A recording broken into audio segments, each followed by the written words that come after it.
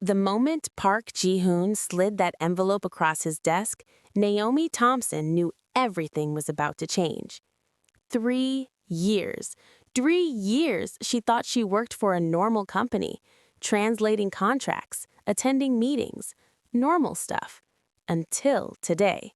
Today, she learned her boss wasn't just some wealthy Korean businessman. He ran one of the most powerful organizations on the East Coast, and he wanted her gone.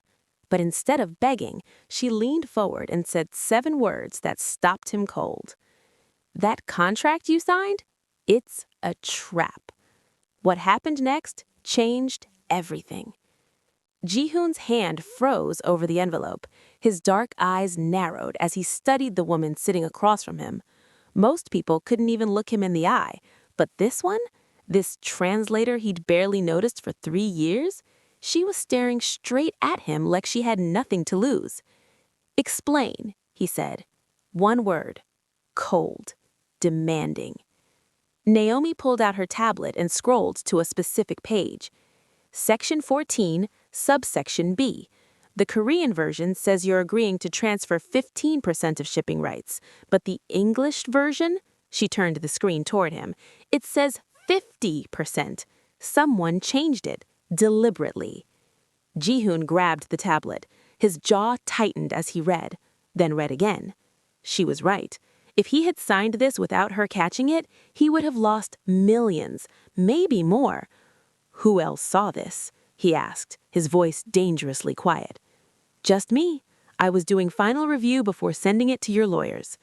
He leaned back in his chair, studying her differently now.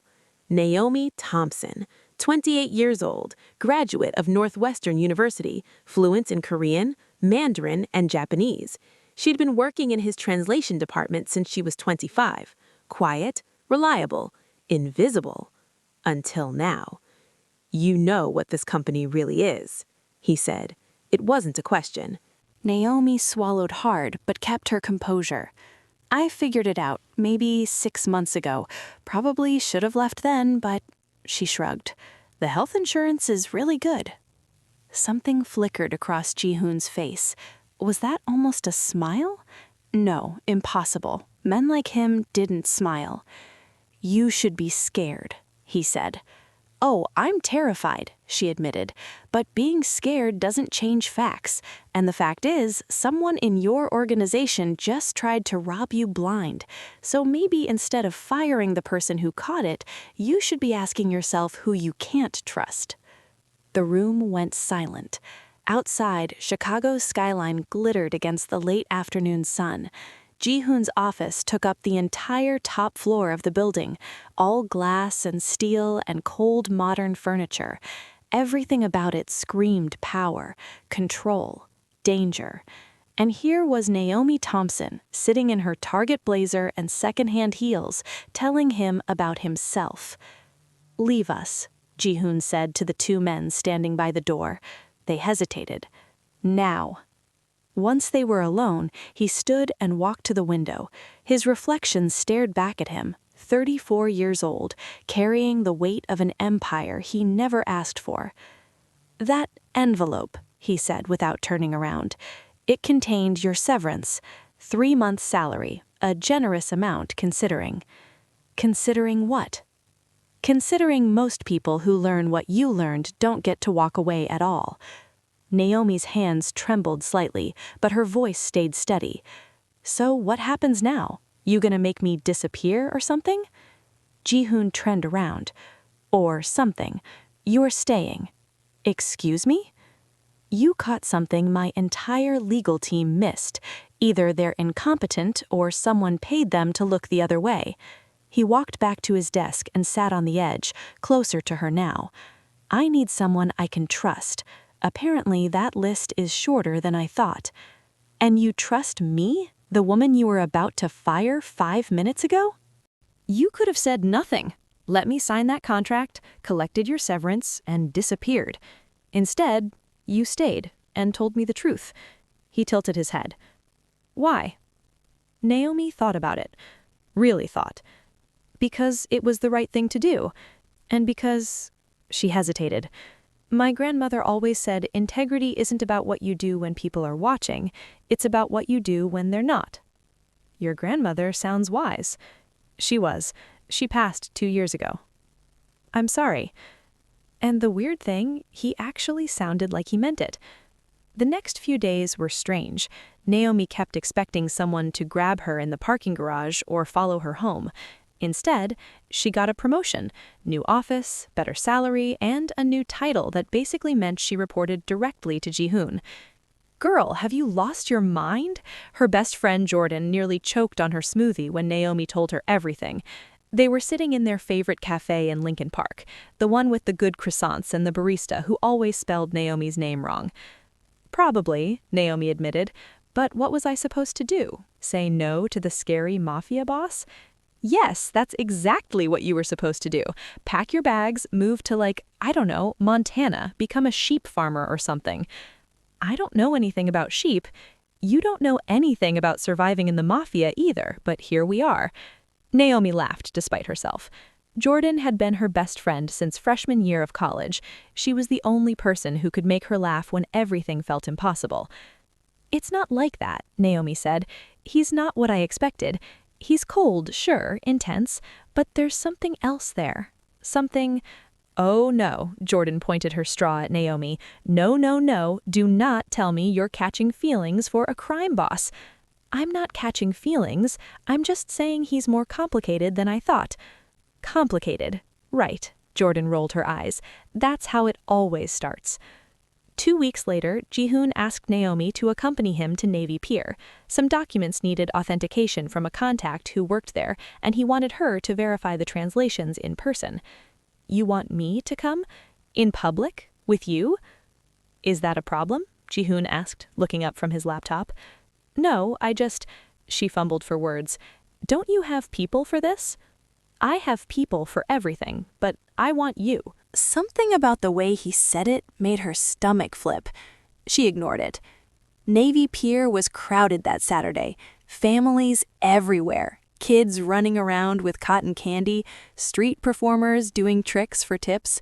It felt strange walking through all that normalcy with a man who was anything but normal. The meeting took maybe 20 minutes. Some guy in a Hawaiian shirt handed over documents, Naomi confirmed they were legitimate, and that was that. Easy. We should go, Ji-hoon said, already heading toward the exit. But Naomi had spotted something, a carnival game with a giant stuffed penguin as the prize. She'd always been weirdly good at those ring toss games. Hold on, she said, already digging in her purse for cash. What are you doing? Winning a penguin, obviously. Ji-hoon looked at her like she'd grown a second head. We don't have time for, it'll take 2 minutes. Come on, live a little. She didn't wait for his response, just walked up to the booth and slapped $5 on the counter. The guy running it gave her 3 rings. First throw, miss. Second throw, so close. Third throw, perfect. The ring landed right over the bottle. Naomi threw her hands up in victory, while the booth guy looked genuinely shocked. Which prize? He asked. The penguin, obviously. She turned around to find Ji-hoon watching her with the strangest expression, not cold, not distant, almost soft. Here, she said, shoving the penguin into his arms. For you. I don't need a stuffed penguin. Nobody needs a stuffed penguin. That's not the point. She grinned. The point is having something that makes you smile. Ji-hoon looked down at the ridiculous thing in his arms. Black and white fur, goofy orange beak, completely absurd. And then something happened that Naomi never expected. He smiled, a real smile, small, barely there, but real. Thank you, he said quietly. You're welcome. She started walking toward the exit. Come on, boss, you said we don't have time, right? Ji-hoon followed, still holding the penguin. Later that night, alone in his penthouse apartment, he set it on his nightstand. He stared at it for a long time. When was the last time someone had given him something just to make him smile? He couldn't remember. Maybe never. Naomi Thompson, the translator he was supposed to fire. The woman who should have run away screaming. Instead, she won him a penguin at a carnival game and told him to live a little. Dangerous, that's what she was. Not in the way his enemies were dangerous, but dangerous in a way that scared him even more. Because for the first time in years, Park Ji-hoon felt something he thought he'd forgotten how to feel: hope. The weeks that followed were unlike anything Naomi had experienced. She kept waiting for the other shoe to drop, for Ji-hoon to reveal some dark, ulterior motive, for everything to fall apart the way things always seemed to fall apart in her life. But instead, something unexpected happened. He kept finding reasons to keep her close. "I need you to come to New York," he said one morning, dropping a folder on his desk. "Contract negotiations with a supplier. Should take 3 days. You have a whole legal team for that. I want you." There it was again, that phrase, "I want you," like it was the simplest thing in the world. New York was chaos in the best way, meetings during the day, but evenings free. Ji-hoon surprised her by suggesting they walk through Central Park after their second day of negotiations. "You don't seem like a nature walk kind of guy," Naomi said as they strolled past Bethesda Fountain. "I'm not, usually," he shrugged, "but you mentioned once that you'd never been here." She stopped walking. "You remembered that?" "I remember most things you say."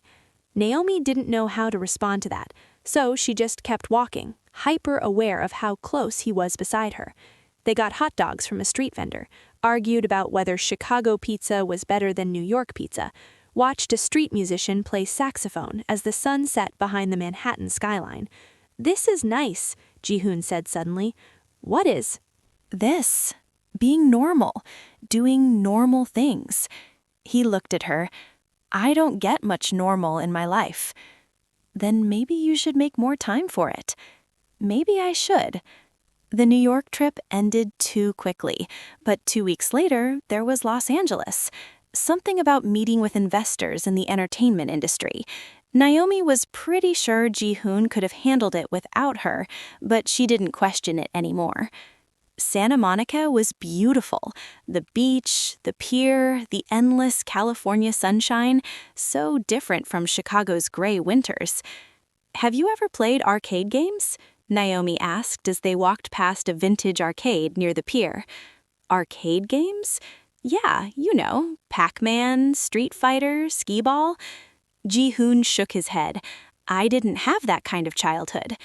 Something about the way he said it made Naomi's heart ache. She grabbed his hand without thinking and pulled him toward the arcade entrance. "Come on, we're fixing that right now." She taught him how to play Pac-Man first. He was terrible at it, kept getting eaten by the ghosts within seconds, but he kept trying, his competitive nature refusing to let him quit. "You're getting frustrated," Naomi observed, trying not to laugh. "This game is rigged." "It's not rigged, you're just bad at it." He shot her a look that probably would have terrified anyone else, but Naomi just grinned. "Try the racing game instead," she suggested. "More your speed, literally." He beat her 3 times in a row at racing. By the 3rd victory, he was actually laughing, full, genuine laughter that transformed his entire face. "See?" Naomi said, "you just needed to find your game." "I think I'm starting to." Something about the way he said it made Naomi think he wasn't talking about arcade games at all. After the arcade, they wandered into an antique store. Naomi loved antique stores. You never knew what treasures you might find. She was browsing through old books when she spotted it, a vintage typewriter, Royal brand, probably from the 1940s. Beautiful emerald green color with ivory keys. She ran her fingers over it reverently. "You like that?" Ji-hoon asked from behind her. "It's gorgeous. I used to have one like this. Well, not this nice. My grandmother gave it to me when I was 12. It's what made me fall in love with words. It got destroyed when my apartment flooded a few years back." She moved on to look at other things, not noticing when Ji-hoon quietly signaled to the shop owner. When they left the store 30 minutes later, Naomi was surprised to see one of Ji-hoon's assistants waiting outside with a large box. "What's that?" she asked. "For you." Ji-hoon nodded toward the box. "Open it." She lifted the lid. Inside was the typewriter, the beautiful green one she'd been admiring. Ji-hoon, I can't accept this. It's too much. You can and you will. His voice left no room for argument. Consider it a thank you for the penguin. Naomi laughed. A penguin I won for free and a vintage typewriter worth probably thousands of dollars. That doesn't seem like an even trade. It wasn't about the penguin, he said quietly. It was about being seen. You saw me as a person that day, not as a title or a threat or a business opportunity, just a person who might want something silly like a stuffed penguin. He met her eyes. Do you know how rare that is for me? She didn't know what to say, so she just held the box tighter and whispered, "Thank you." Back in Chicago, their routine continued. Morning briefings, working lunches, sometimes dinner at restaurants she never could have afforded on her own salary. Ji-hoon was teaching her Korean, laughing at her pronunciation while simultaneously encouraging her. "Your accent is terrible," he said one evening over Korean barbecue. Rude. I'm trying. You are, and you're getting better, but still terrible. She threw a napkin at him. He caught it, still smiling. These moments were becoming normal, too comfortable, and Naomi knew she was falling into something she shouldn't. Jordan noticed too. "You're different lately," Jordan said during their weekly cafe meetup. "Lighter, happier. Also, constantly checking your phone like you're expecting a text from someone. I don't know what you mean." "Girl, please. You literally smiled at your phone 3 times since we sat down. What is happening?" Naomi took a deep breath. "I think I'm in trouble, Jordan." "Trouble how?" "Trouble like I might be catching feelings for my boss." Jordan's eyes went wide. "The Mafia boss? The one you were terrified of like 2 months ago?" "He's different when you get to know him. He's thoughtful and funny, and underneath all that coldness, he's actually kind of sweet." "Sweet? You just called a crime lord sweet." "I know how it sounds."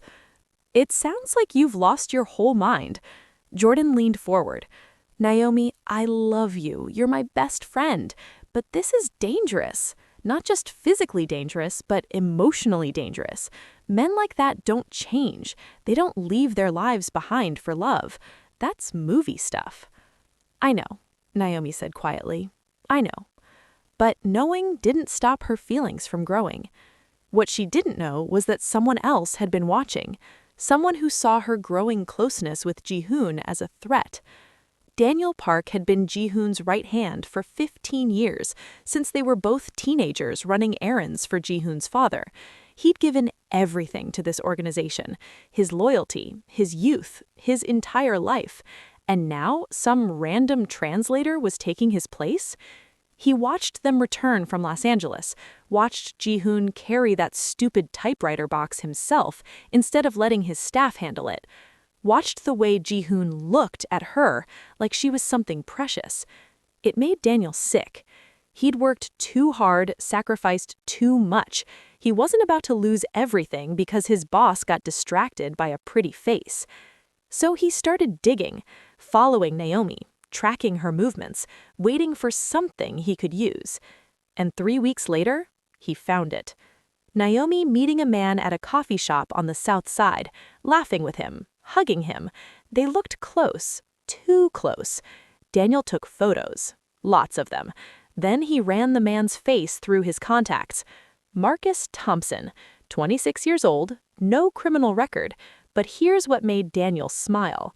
Marcus had connections to a rival organization through his old college roommate, loose connections, circumstantial at best. But Daniel didn't need facts, he just needed doubt. He spent the next week building his case, photoshopping meeting dates, creating fake communication logs, manufacturing evidence that painted Naomi as a spy who'd been playing Ji-hoon all along. It was lies, all lies. But Daniel didn't care. He cared about survival, about maintaining his position, about being the one person Ji-hoon trusted above all others. And if destroying some woman's life was the price, so be it. The night before he planned to present his evidence, Daniel sat in his apartment staring at the folder he'd compiled. A small voice in his head whispered that this was wrong, that Naomi was innocent, that he was about to destroy something real and good. He silenced that voice. In his world, there was no room for good, only power, only survival, and he intended to survive. The morning everything fell apart started like any other. Naomi arrived at the office early, coffee in hand, humming a song she'd heard on the radio. Things were good, really good, maybe the best they'd ever been. She and Ji-hoon were supposed to have lunch later. He'd mentioned wanting to take her to this Korean restaurant his mother used to love. He rarely talked about his family, so the fact that he was sharing this felt significant. But when she walked past Daniel's office, something made her pause. He was smiling, not a normal smile, something cold, triumphant. Their eyes met briefly. He nodded at her, still wearing that unsettling expression. A chill ran down her spine. By noon, she understood why. Ji-hoon's assistant called her to his office. Usually these summons came with warmth, a smile when she walked in, maybe a joke about her terrible Korean pronunciation. Today, nothing. Ji-hoon sat behind his desk like a stranger. Every wall she'd watched him lower over the past months was back up, higher than ever. "Sit," he said. Not a request. She sat. He slid a folder across the desk. "Explain this." Naomi opened it. Inside were photos of her with Marcus, printed text messages she'd never sent, meeting logs from locations she'd never been to. "I don't understand," she said, her confusion genuine. "What is this?" "Evidence that you've been passing information to Kim Enterprises, that every moment you've spent getting close to me has been a lie." "What?" Naomi stood up so fast her chair nearly fell over. "That's insane. These messages are fake. I've never even heard of Kim Enterprises. And this man in the photos? That's my cousin, Marcus. We were having coffee because his mom, my aunt, had surgery and I was checking in on him." "Your cousin?" Ji-hoon's voice was flat, unconvinced. "Yes, call him. Call my aunt. They'll tell you." "I've seen the evidence, Naomi." "What evidence? Whoever gave you this is lying."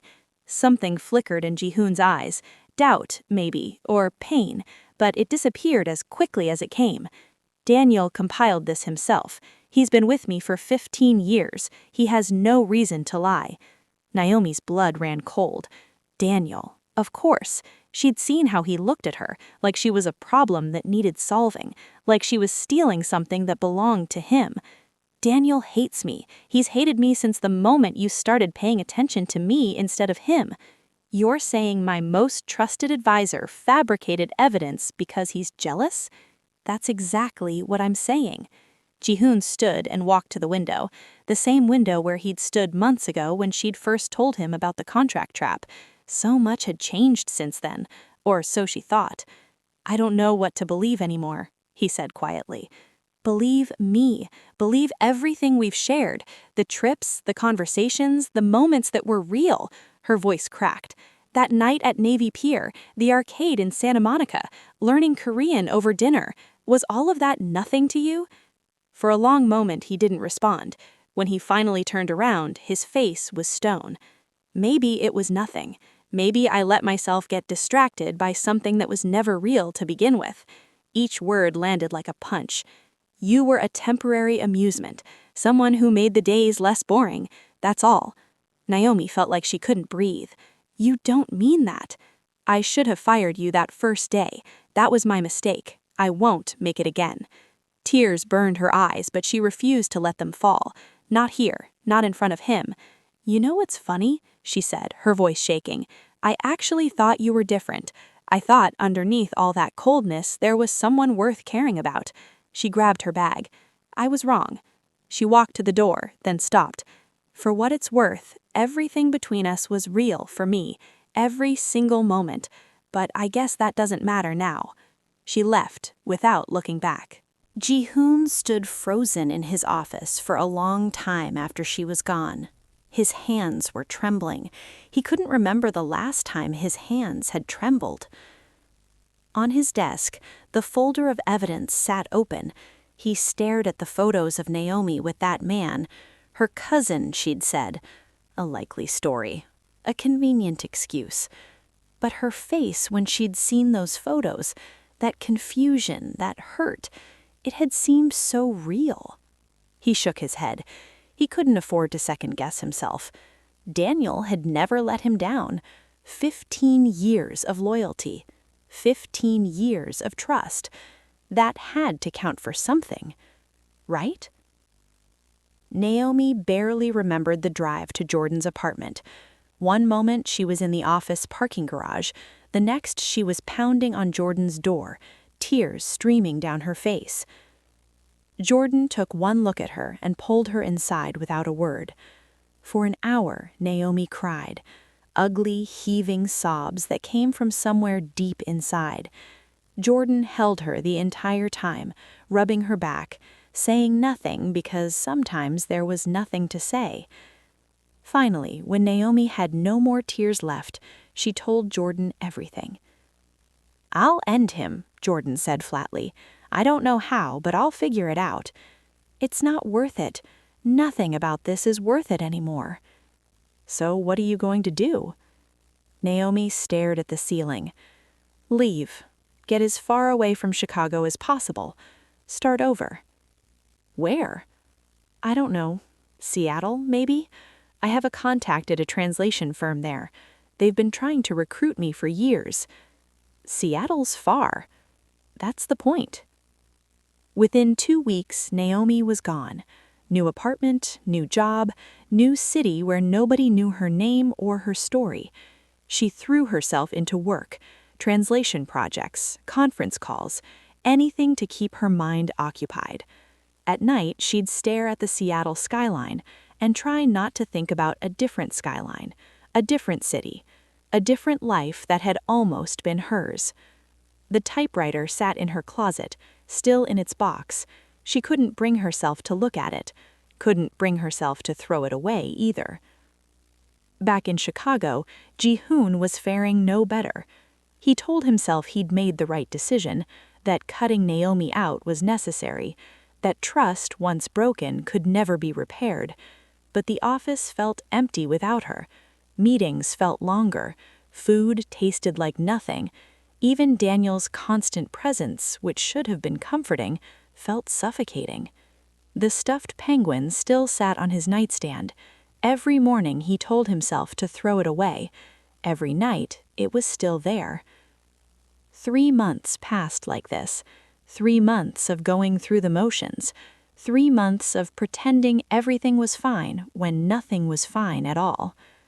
Daniel noticed the change too. Ji-hoon was sharper lately, colder than he'd ever been. It should have made Daniel happy. This was what he'd wanted, wasn't it? His position secure, no more distractions. But watching Ji-hoon become a shell of himself didn't feel like victory. It felt like something else entirely, something that kept Daniel up at night, something that whispered he'd made a terrible mistake. He pushed those thoughts away. What's done was done. Naomi was gone. Life would go back to normal eventually. It had to. Across the country, Naomi was learning to live again. She'd made friends at work, started exploring Seattle's coffee scene, even adopted a cat, a grumpy orange tabby she named Mochi. Some days were harder than others. Some days the memories hit her out of nowhere. A Korean song playing in a restaurant, someone wearing cologne that smelled like his. Little things that shouldn't matter, but did. Jordan flew out to visit after month 2. They spent a weekend doing tourist stuff. Pike Place Market, the Space Needle, a ferry ride to Bainbridge Island. "You seem better," Jordan observed. "I'm trying to be." "Do you still think about him?" Naomi was quiet for a long moment. "Every day, which is stupid because he clearly never thinks about me." "You don't know that." I know he chose to believe someone else over me, without even giving me a chance to prove myself. That tells me everything I need to know. Jordan didn't argue. There was nothing to argue with. That night, Naomi sat on her balcony with Mochi in her lap. The city lights twinkled below. It was beautiful here, peaceful, but it wasn't home. She wasn't sure anywhere would feel like home ever again. 3 months and 16 days after Naomi left Chicago, Ji-hoon found the truth.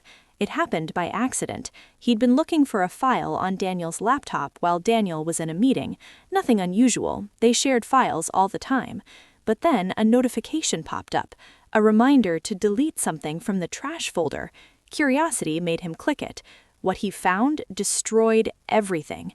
Deleted messages between Daniel and someone named Kevin Cho, discussions about Naomi, about how to handle the problem, detailed plans for fabricating evidence, and worst of all, a message from Kevin saying, "The guy in the photos is definitely her cousin, confirmed through 3 sources.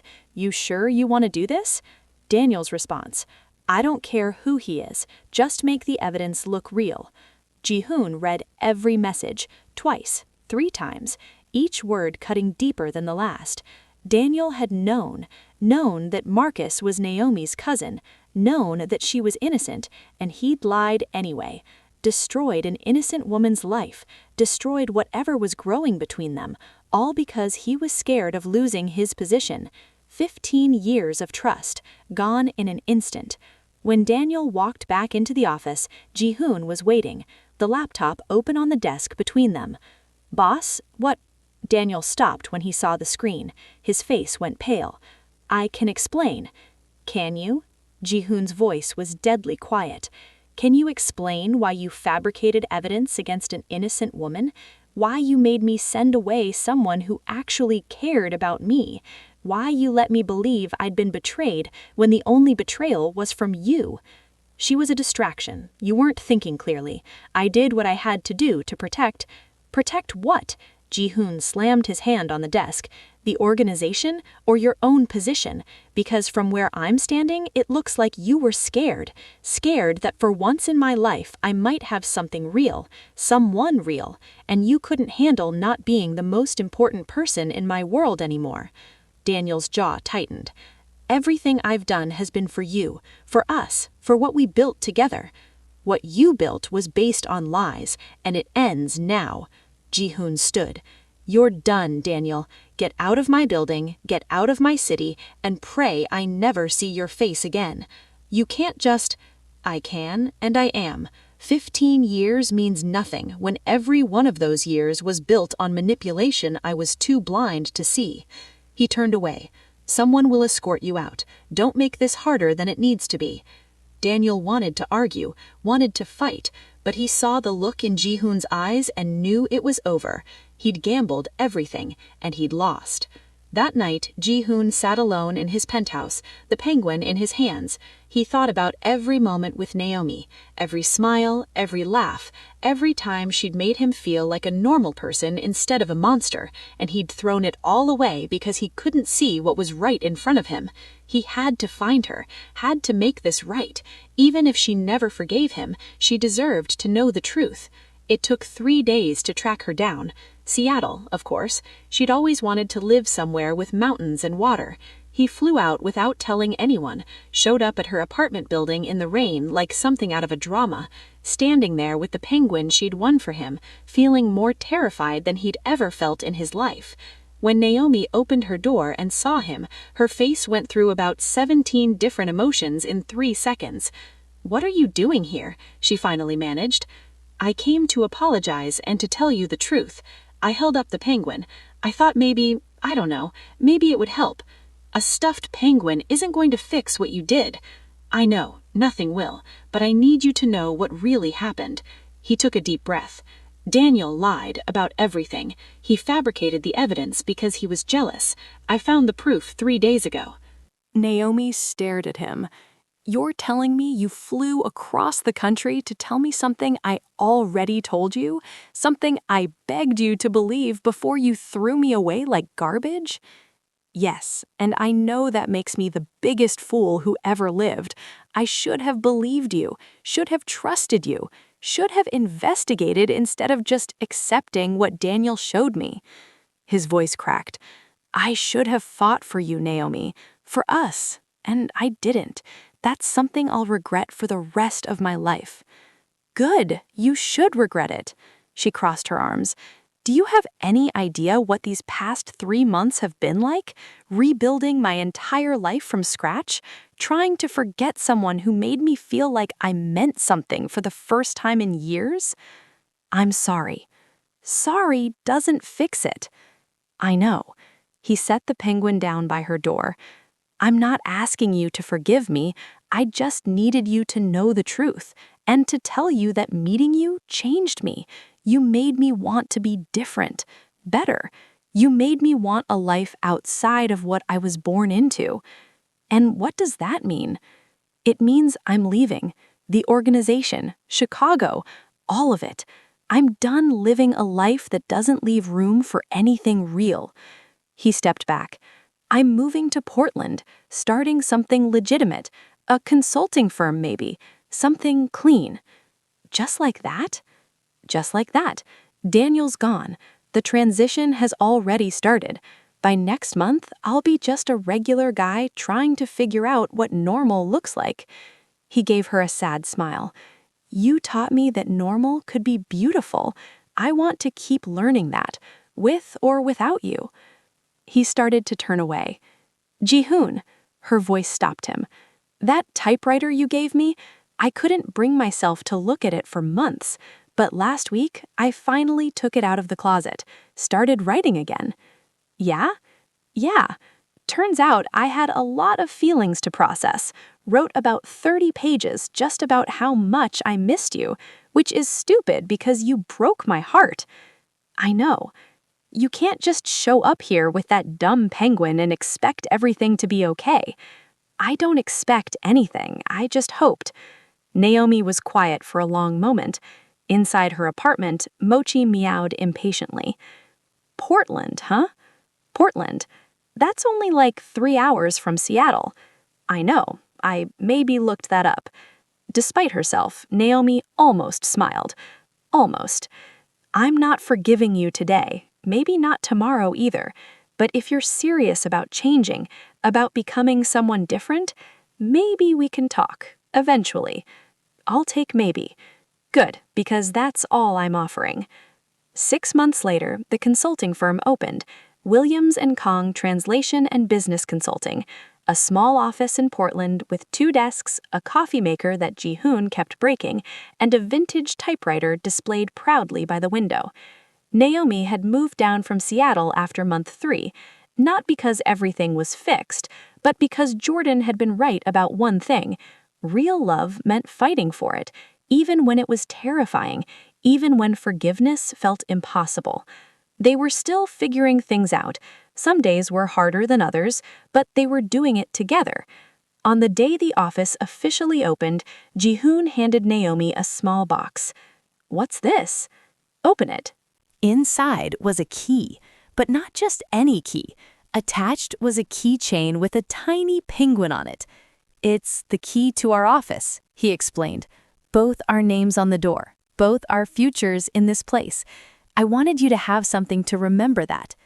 Naomi turned the key over in her hands. Such a small thing, but it meant everything. You know, she said, when you first slid that envelope across your desk 3 years ago, I thought my life was over. And now? She looked around their tiny office, at the typewriter by the window, at the man who'd become everything she never expected. Now I think maybe it was just beginning. That night, they ordered takeout and sat on the floor of their empty office, eating noodles and talking about everything and nothing. Ji-hoon was learning to make kimchi. Naomi was getting better at Korean. They were planning a trip to Seoul next spring to visit his mother's hometown. Small things, normal things, beautiful things. Hey, Naomi said, thanks for not giving up, for coming to find me even when I probably would have slammed the door in your face. You did slam the door in my face. Twice. You deserved it. I did. He smiled. But I would have stood in that rain forever if that's what it took. Dramatic. I learned from the best. She threw a napkin at him. He caught it, laughing. Some love stories start with instant sparks. Others start with an envelope and a contract, and everything going wrong before it goes right. But the best love stories, they're the ones where two people choose each other, again and again, through mistakes and misunderstandings and 3-hour drives between cities. That was their story. Messy and complicated and absolutely worth it. And honestly, they wouldn't have had it any other way. If you made it this far, you're amazing. Drop a comment telling me what part of their story hit you the hardest. Make sure to subscribe if you want more stories like this one, and hit that notification bell so you never miss when the next one drops.